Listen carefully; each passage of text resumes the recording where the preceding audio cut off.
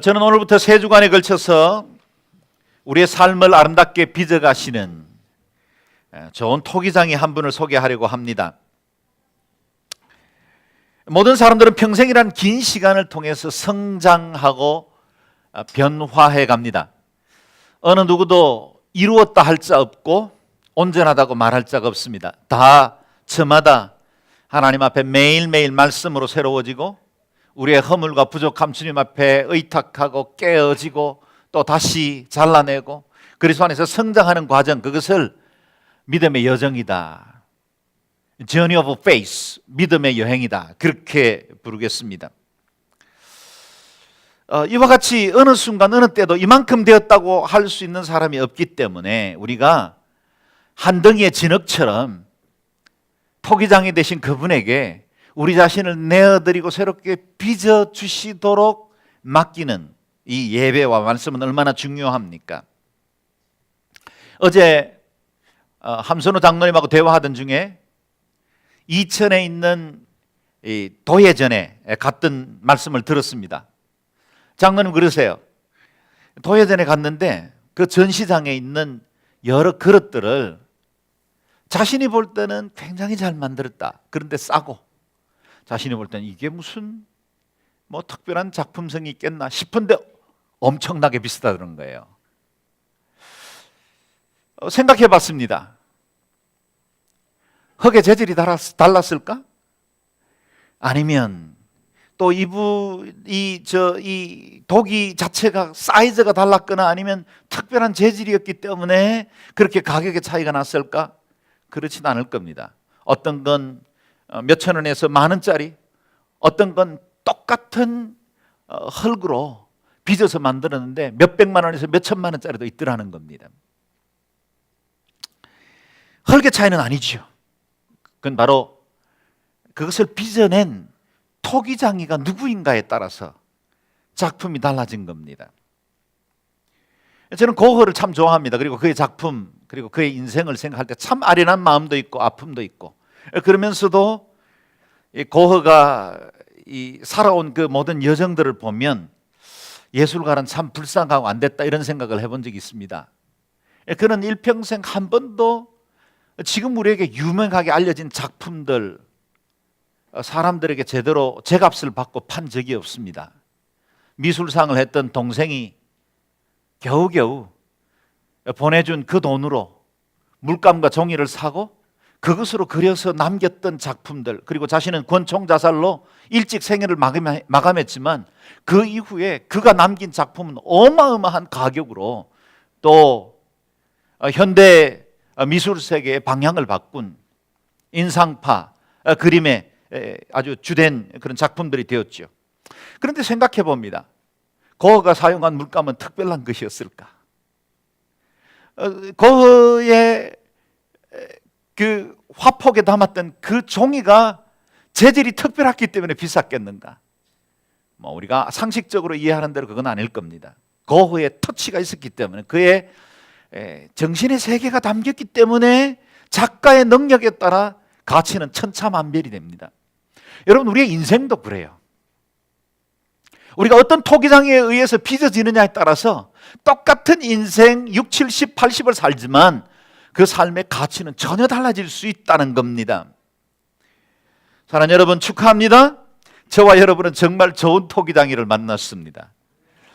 이 좋은 토기장이는 흙의 재질을 잘 아시는 분입니다. 흙의 특징과 특성을 잘 분석해서 어떻게 빚어야만 최상의 작품이 되는지를 누구보다 잘 아시는 분이 저와 여러분의 토기장이라는 거예요. 그리고 이 토기장이는 우주를 창조하셨던 전능자이시기 때문에 우리 인생을 최고의 아름다운 삶으로 빚어갈 수 있을 만큼 예술적 감각도 지혜도 뛰어난 분입니다. 그래서 우리는 한 3주에 걸쳐서 이 토기장의 만남을 주선해 보려고 합니다. 오늘 본문을 통해서 만나는 토기장의 하나님은 무엇부터 우리를 만지시기를 원하는지 1절 말씀을 다시 한 번 더 읽겠습니다. 시작. 그러므로 형제들이여, 내가 하나님의 자비하심으로 여러분에게 권합니다. 여러분의 몸을 하나님께서 기뻐하시는 거룩한 산 제물로 드리십시오. 이것이 여러분이 드릴 영적 예배입니다. 아멘. 너희 몸을 하나님이 기뻐하시는 거룩한 제사로 드리라 그랬습니다. 이 짧은 말씀에 담긴 메시지는 엄청나죠. 보십시오. 제사하되 몸을 드리라 하십니다. 우리가 알고 있는 대로 예수 그리스도 오시기 전까지는 구약시대에 수많은 제사들이 드려졌습니다. 그 제사에는 반드시 제물이 필요합니다. 그것이 짐승의 각을 뜬 것이건 아니면 곡식 가루를 바친 것이건 포도주를 부어드리건 제사에는 반드시 제물이 필요합니다. 제물이 없는 제사가 없었습니다. 하나님께서 기뻐하시는 예배, 그 제사는 제물이 필요합니다.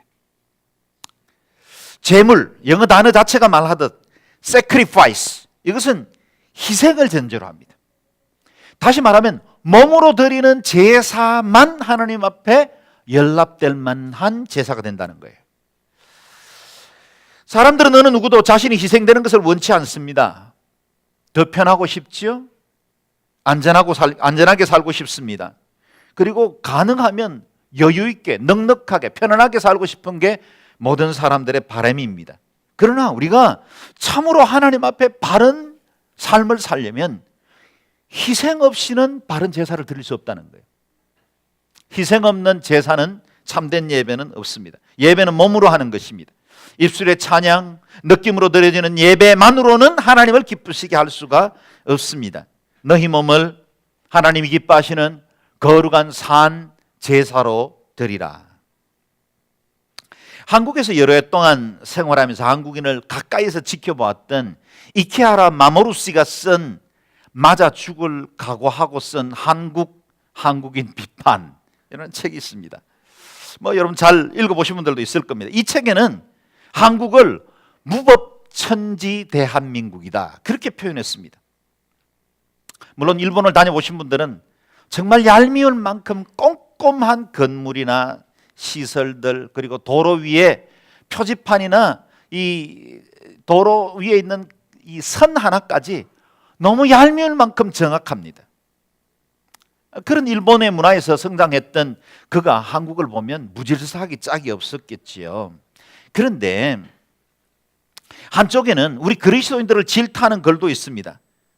교통법규를 지키시오. 아멘. 그가 이 제목으로 쓴 글에서 한국에는 교회도 많고 기독교인도 많은데 어떻게 나 같은 외국인에게 무법천지라는 말을 들어야 하는가? 마모루 씨는 자신은 교회 다니지 않기 때문에 한국의 목사들이 무엇을 설교하는지는 모르겠지만 만약 목사들이 성경대로 설교한다면 한국 사회가 지금과 같지는 않았을 것이다. 그렇게 표현을 했습니다. 뼈아픈 지적을 하는 것이죠. 맞아 죽을 각오를 하고 쓴 글이라 하지만 이분이 아직도 맞아 죽지 않은 걸 보면 우리 한국인들이 이 글 앞에 무엇라 딱히 변명할 만한 말이 없는지도 모르겠습니다. 그만큼 우리 스스로도 느끼고 있는 것들 중에 하나겠죠. 이 하나님을 알지 못하는 이방인의 눈에 비춰진 한국교회 주소는 부인하고 싶지만 그리할 수 없는 사실인 것이 우리의 아픔입니다. 우리의 예배가 몸으로 드리는 산 제사가 아니기 때문에 세상 사람들이 볼 때는 우리의 삶에서 그리스도의 향내도 성경적 원리도 발견하지 못하는 건 아닐까요? 그래서 마치 당신들은 예배하고 당신들은 좋다고 모이는데 그건 당신들의 천국만은 아닐까요? 하는 거예요. 이기적인 종교인들이 자신의 욕심과 야망을 채우기 위해 세운 욕망의 제국으로서의 교회, 기독교, 그건 아닐까요? 사도 바울은 이와 같은 현실 속에 우리에게 도전합니다. 너희 몸을 하나님 기뻐하시는 거룩한 산 제사로 드리라. 이것이 바로 여러분이 드릴 영적 예배라고 그렇게 말합니다. 아십니까? 가장 영적인 것은 가장 현실적인 거예요. 우리가 영적인 삶이라고 말할 때는 육체를 경시하고 세상을 등진 신비주의로 오해할 때가 많이 있습니다. 그러나 성경이 말하는 가장 영적인 삶은 가장 현실적인 삶입니다. 그래서 요즘 피터슨이 지은 현실에 뿌리 박은 영성이라는 제목처럼 영성은 언제나 현실 위에 뿌리를 박아야 됩니다. 현실을 떠난 영성은 기독교적 영성이 아닙니다. 우리는 신비한 것들을 존중하고 우리의 믿음 세계는 신비한 것이 존재하지만 결코 우리는 신비주의에 함몰되지 않습니다. 왜요? 우리는 언제나 현실 속에서 하나님을 경배하기 때문입니다. 그렇기 때문에 우리의 삶의 전 영역의 주인이 그리스도임을 온전히 인정하지 않는 삶, 그건 온전한 예배가 아닙니다. 그래서 여러분이 일터에서 실패한 예배, 그건 참된 예배가 아닙니다. 산제사, 곧 영적인 예배는 지극히 현실적이고 세상 한가운데서 드려지는 삶의 예배입니다. 따라서 오늘 이 시간에 저와 여러분이 드리는 이 예배가 진정성이 있는지를 확인하는 건, 진짜인지 가짜인지를 확인하는 건 월요일에서부터 토요일까지 우리의 삶 중에 드려지는 생활이 증거합니다. 내가 얼마나 영적으로 홀리보이스로 예배하느냐, 그게 내 예배를 말하는 게 아니라 내 일상생활에서 내 일터에서 드려지는 삶의 예배가 내 예배의 진정성을 보장해 준다, 그런 뜻입니다. 그럼 어떻게 온전한 삶의 예배를 드릴 수 있겠습니까? 2절 말씀 같이 읽겠습니다. 시작. 여러분은 이 세대를 본받지 말고 오직 마음을 새롭게 함으로 변화를 받아 하나님의 선하시고 기뻐하시고 온전하신 뜻이 무엇인지 분별하도록 하십시오. 아멘. 본문의 말씀의 순서를 잘 보셔야 합니다. 하나님의 뜻을 분별하려면 우리가 해야 할 일이 있습니다. 마음을 새롭게 하는 것입니다. 마음을 새롭게 하는 것입니다. 마음을 새롭게 한다는 말은 이 세대를 본받지 않겠다는 결정으로부터 출발하는 게 새로운 마음입니다.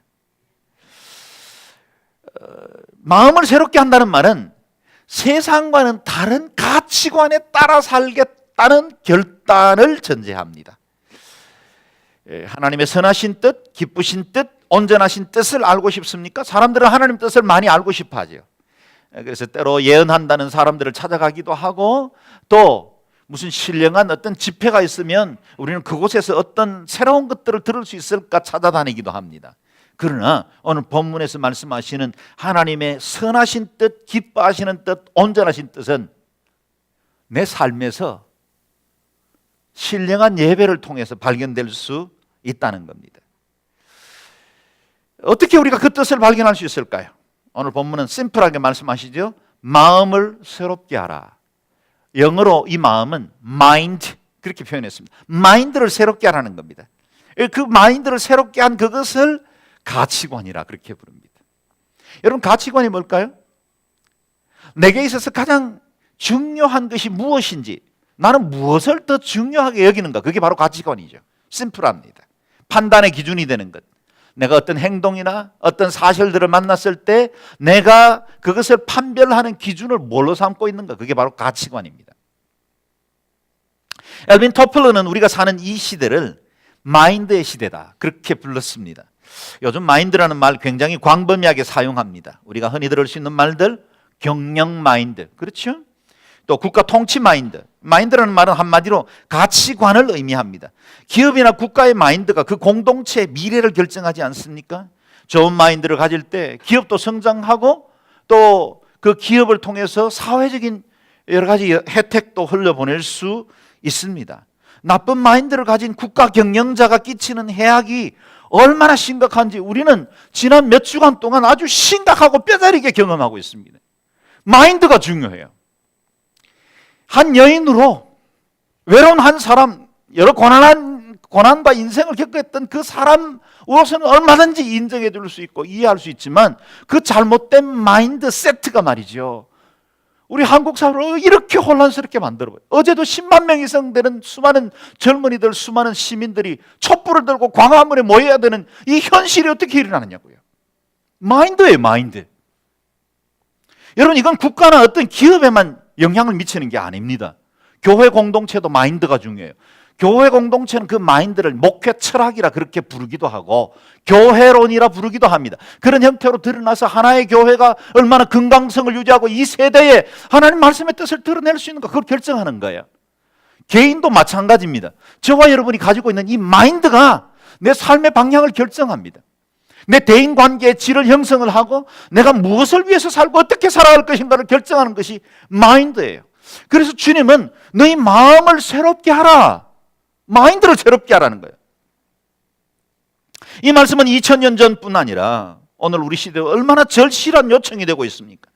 그리스도인들에게 있어서 마인드는 얼마나 중요합니까? 많은 그리스도인들이 정함 없는 마음 때문에 이리저리 휩쓸리고 여러 가지 세속적인 이야기들이나 사람들의 말 때문에 이리저리 휩쓸릴 때가 많이 있습니다. 시편에서 자기 인생에 대해서 노래한 한 사람의 고백이 부럽습니다. 하나님의 내 마음이 확정되었고 확정되었사오니, 하나님의 내 마음이 확정되었고 확정되었사오니. 이게 마인드세트예요. 어떤 환경, 어떤 조건 앞에서, 어떤 유혹이나 시험 앞에서도 난 확정됐습니다. 흔들리지 않겠습니다. 나는 이 길 갑니다. 나는 믿음의 사람입니다. 나는 하나님의 자녀로 이 땅을 살겠습니다. 그게 마인드세트예요. 세상 사람들 다 쉽고 편안한 길 가지만 나는 고난이 일지라도 영적 예배의 삶을 살겠습니다. 그게 마인드예요. 그게 바로 우리의 가치관이라는 거죠. 여러분에게 있어서 최고의 가치관은 무엇입니까? 행복한 가정이 최고의 가치입니까? 확고한 자아상을 갖는 것입니까? 이상을 쫓는 고상한 삶입니까? 내 인격의 온전한 통합입니까? 네, 다 중요합니다. 다 훌륭한 일이죠. 그러나 우리가 사람들의 숫자만큼이나 다양한 이 가치를 말이죠. 그래서 무엇이 참된 기준인지 모르는 시대에 우리 하나님께서 최고의 가치로 여기는 것이 무엇인지를 주목해 볼 필요가 있어요. 하나님이 최고의 가치로 여기는 그게 내 가치관이 될 때 신령한 제사를 드릴 수 있습니다. 한 번은 한 율법사가 주님께 나와서 물었습니다. 선생님, 율법 중에 가장 큰 계명이 뭡니까? 주님은 온 율법과 선지자의 강령이다. 강령이라는 말은 핵심 계명이다, 그런 뜻이죠. 핵심 명령이다. 두 가지를 말씀하셨어요. 우리가 너무 잘 아는 겁니다. 마태복음 22장 34절 40절 같이 한번 읽어볼까요? 시작. 예수께서 가라사대 내 마음을 다하고 목숨을 다하고 뜻을 다하여 주 너의 하나님을 사랑하여라 하셨으니 이것이 크고 첫째 되는 계명이요 둘째는 그와 같으니 내 이웃을 내 몸과 같이 사랑하라 하셨으니 이 두 계명이 온 율법과 선지자의 강령이니라. 아멘. 이보다 더 큰 계명이 없다고 누가 말씀하셨어요? 예수님께서 하셨어요. 천지를 지으실 때 말씀으로 온 세상을 지으신 그분이 말씀하셨어요. 우리의 삶의 주인이시고 우리를 구속하셔서 하나님의 은혜 보좌 앞으로 이끌어 주신 그분이 말씀하셨어요. 틀림없어요. 그럼 이게 바로 최고의 가치입니다. 이 최고의 가치 두 가지. 위로는 하나님을 사랑하라. 옆으로는 이웃을 내 몸과 같이 사랑하라. 이 둘은 십계명의 요약이기도 하고 성경에서 요구하는 모든 명령 그리고 모든 하나님의 말씀의 핵심적인 두 개의 강령이고 우리의 가치관이 여기서부터 출발해야 합니다. 우리가 첫 번째로 삼아야 할 가치는 무엇입니까? 모든 것으로 하나님을 사랑하라. 모든 것으로 하나님을 사랑하라. 어떻게 해요? 마음을 다하여라. 마인드입니다. 마인드. 우리의 생각과 우리의 할 수 있는 모든 기준과 판단을 다 들여서 하나님 한 분께만 집중하라. 하나님 사랑하는 일에. 두 번째는요, 목숨까지 바쳐라. 생명보다 소중한 것이 우리에게 없을진데 목숨을 다하여 사랑한다면 그보다 더 큰 사랑이 어디 있겠습니까? 뜻을 다하여 내 의지, 내가 하고 싶은 욕망, 나의 비전, 야망 다 포함해서 모든 것들의 기준을 하나님께로 하나님 사랑하는 걸로 삼아라는 겁니다. 하나님을 사랑하되 이렇게 사랑하지 않는 것은 참 사랑이 아닙니다. 얼마나 많은 사람들이 이 첫 번째 계명에서 실패하는지 모릅니다. 사람들은 하나님이 아니라 자신이 주인인 것처럼 삽니다. 작은 차이 같아 보이지만 사람들에게 잘 드러나지 않지만 내가 하나님을 먼저 사랑하고 하나님을 경외하는가 아니면 내가 주인인 것처럼 행사하는가에 따라서 인생은 그야말로 동이 서에 먼 것 같이 그렇게 전혀 다른 결과로 나아갈 때가 많이 있습니다. 이 땅에 존재하는 모든 우상들은 결국은 자기 사랑에서 비롯됩니다. 이 땅에는 수많은 종교들이 있죠. 헤아릴 수 없는 많은 우상들이 있습니다. 인도는 3억 이상의 신들이 있다고 말합니다. 그 모든 우상들의 핵심에 들어가 보면 하나의 신이 존재합니다. 하나의 신. 그것이 바로 자라는 자기 숭배입니다. 여러분, 우상의 특징은 그 중심에 들어가 보면 그게 형상으로 만들어졌던, 그림으로 그려졌던 어떤 형태든지 그 우상의 내면으로 들어가 보면 딱 하나만 남아요. 자기 사랑이에요. 사람들은 신을 섬길 때 신이 원하는 시간에 신이 원하는 방법으로 섬기는 걸 원치 않아요. 우상들의 특징은 내가 다 원할 때 그 신을 내게로 끄집어내오는 겁니다.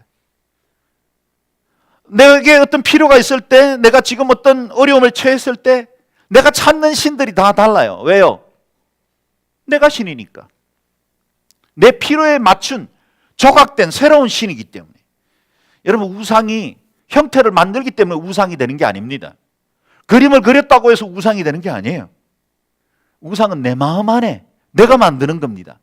다시 말하면 우리가 오늘 이렇게 정말 하나님 앞에 예배하고 있지만 죄송하지만 저와 여러분 안에도 수많은 우상들이 존재한다는 겁니다.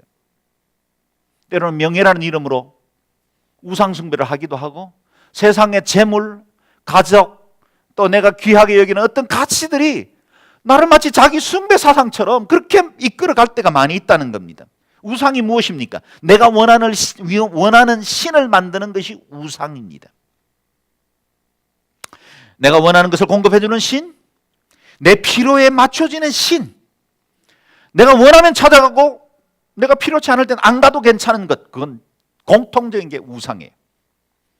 저희 어린 시절에 저희 가족은 샤머니즘적인 불교도 가정입니다.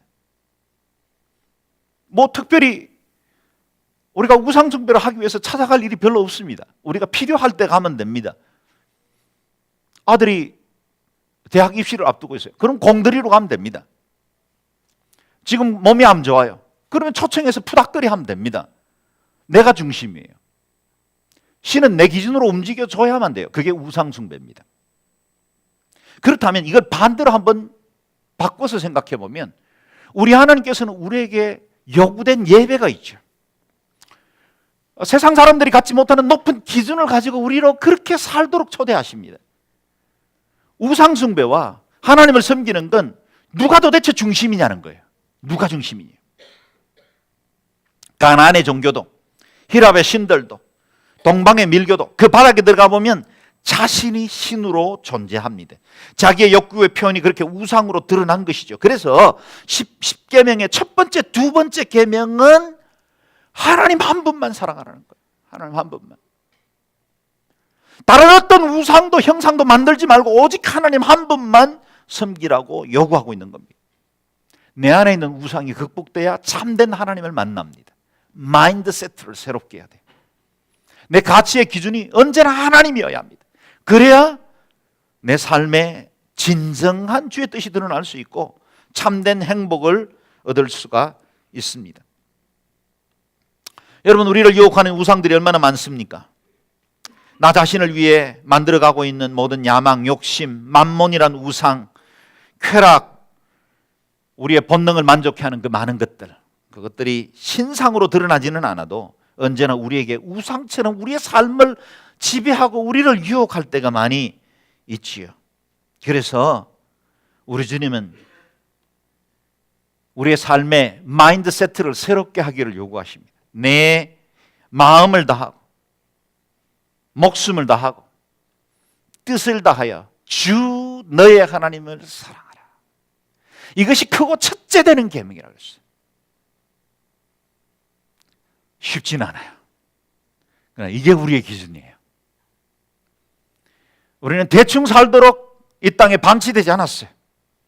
우리는 최고의 가치를 위해서 끊임없이 노력하고 끊임없이 다름질하도록 부름받았어요. 저와 여러분의 최고의 사랑은 하나님이셔야 합니다. 두 번째 우리의 가치는 내 이웃을 내 몸과 같이 사랑하는 말씀으로부터 출발됩니다. 자기중심, 개인중심의 가치에서 공동체적인 이타적인 중심으로 바뀌어야 한다는 겁니다. 공부해서 남 주고 돈 벌어서 다른 사람 유익해 하는 일에 쓰임받아야 합니다.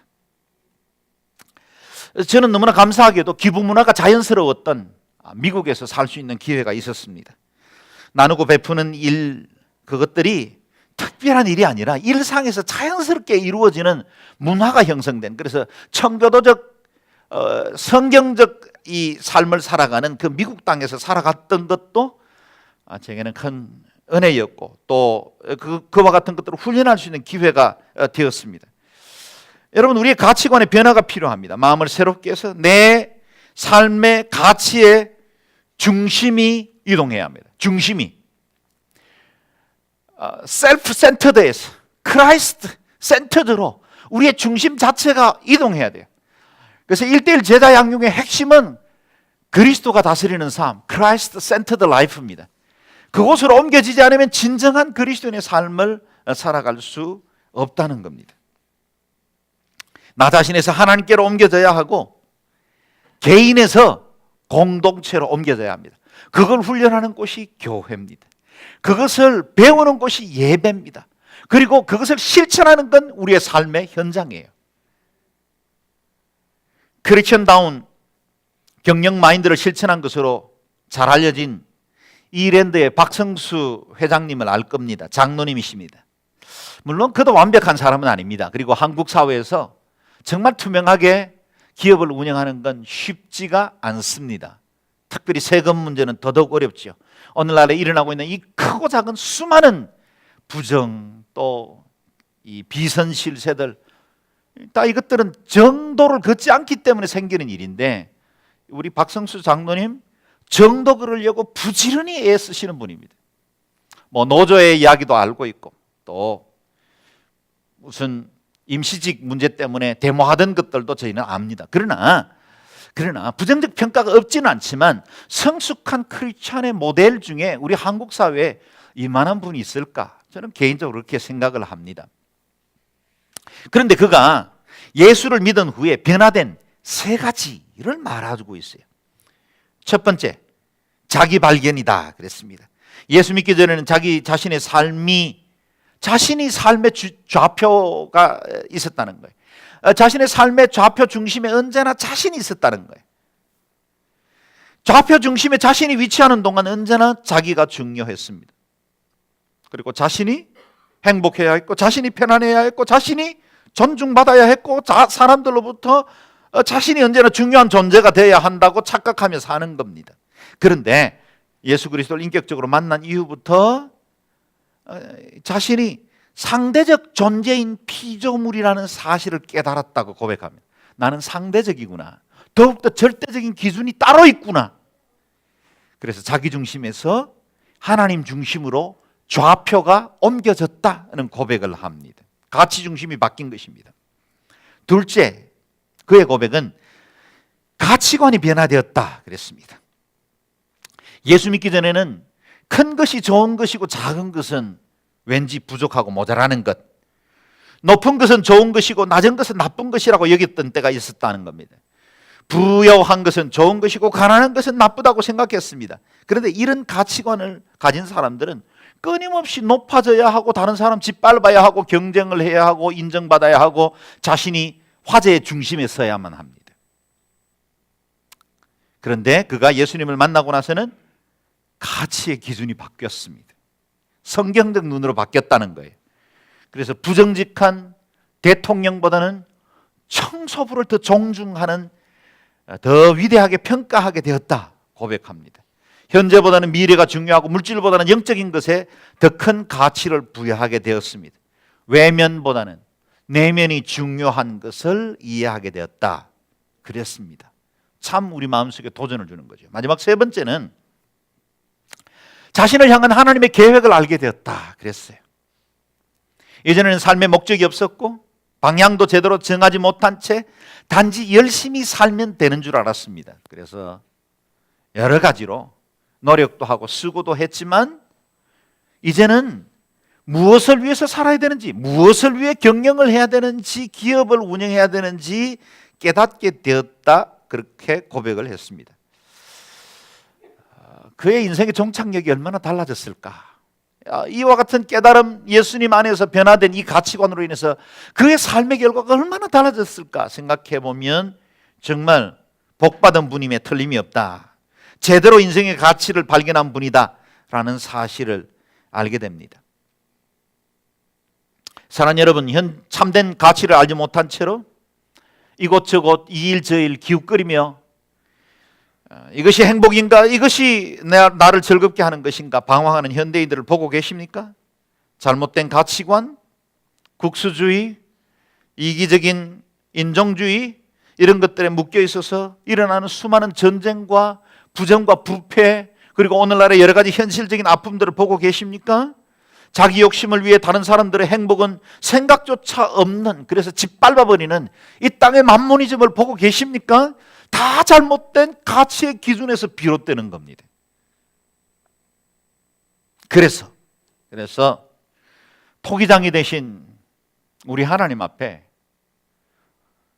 이 오후에 우리가 의뢰할 것은, 주님, 내 삶에도 여전히 세속적 기준, 그 가치관으로 되어 있는 것들을 주의 세밀하신 손으로, 말씀의 손으로 우리를 빚으시고 더 하나님 기뻐하시는 온전한 자로 세워주십시오. 저와 여러분의 가치입니다. 내 마음을 다하고 목숨을 다하고 뜻을 다하여 주 너의 하나님을 사랑하라. 그리고 내 이웃을 내 몸과 같이 사랑하라. 저와 여러분의 마음이 새로워지기를 바랍니다. 그리고 변화받으시기를 축원합니다. 이 세대를 본받지 말고 하나님의 선하시고 기뻐하시고 온전하신 뜻을 드러내는 일에 쓰임받는 산제사로 드리는 하나님의 사람들 되시기를 주의 이름으로 축원합니다. 아멘. 이 시간에 우리가 같이 몇 가지 제목을 가지고 기도를 하려고 합니다. 먼저는 오늘 말씀 들은 대로 우리 자신의 생각과 마인드를 주님의 뜻과 일치시켜 나가도록 기도했으면 좋겠습니다. 내가 주인처럼 살았고 우물가의 여인처럼 세상의 것들로 그 목마름을 채우려고 했던 인생에서 이제는 정말 하나님 한 분, 내 삶의 잔을 높이 듭니다. 하나님 한 분으로 채워지고 주님이 우리의 삶의 기준이 되고 온전한 영적 예배를 드리는 사람으로 살게 해주십시오. 우리의 삶이 산제사가 되게 해주십시오. 그렇게 우리가 이 시간에 우리 자신을 먼저 주님 앞에 의탁하며 통성으로 기도하겠습니다.